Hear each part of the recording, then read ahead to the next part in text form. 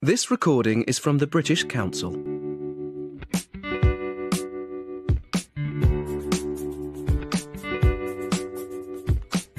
I'd like to talk about a subject that is very interesting and important to me, and I think to lots of people all around the world, and that is freedom.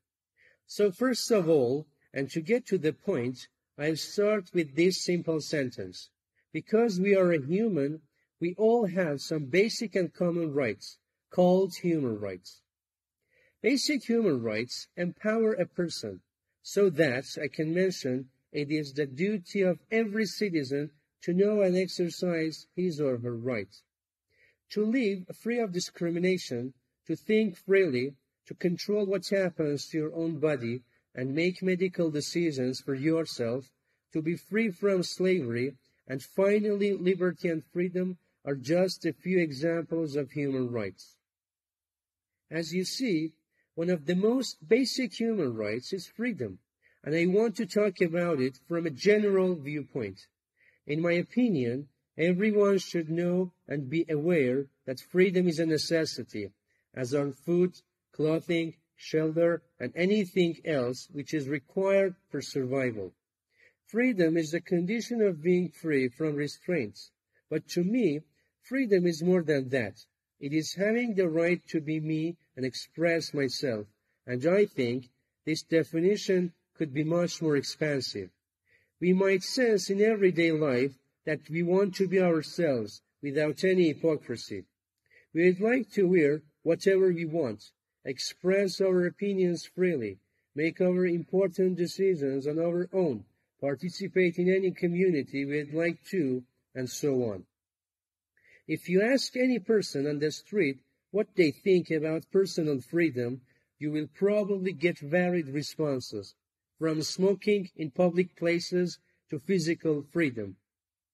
All human beings are born free and equal in dignity and rights. Many people believe that they have the right to act, speak, or think as they want, without limitation or restraint. But here, I must mention that according to many sociologists and researchers, in reality, freedom cannot be absolute. It means that no one can be completely free. For example, personal values can be free as far as they don't violate other moral values. Broadly speaking, your rights define the limits to your freedom, and in most countries, such rights must be granted by the government to become a tradition or public behavior. However, according to many other studies, living without freedom causes many individual and social abnormalities.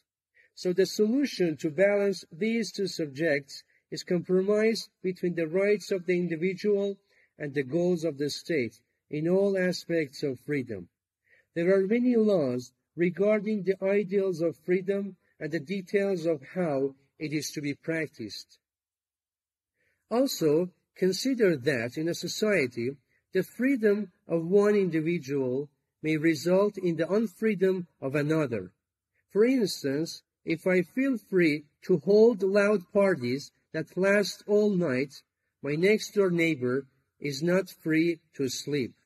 Or since we are facing a crisis all over the world because of the spread of coronavirus, we have understood that not maintaining social distancing or not wearing a face mask by a person who is sick, for example, may result in spreading it to others.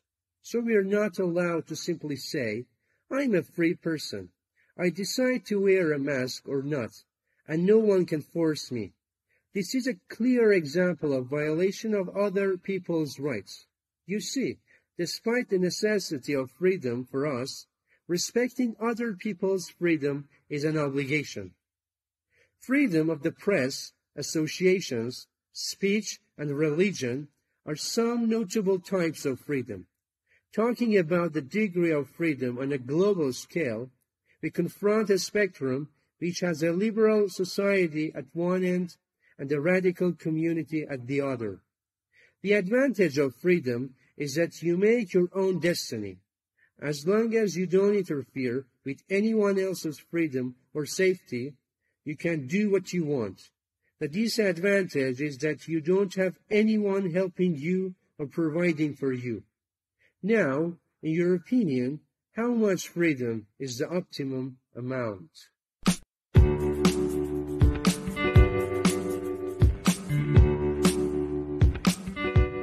This recording is from the British Council.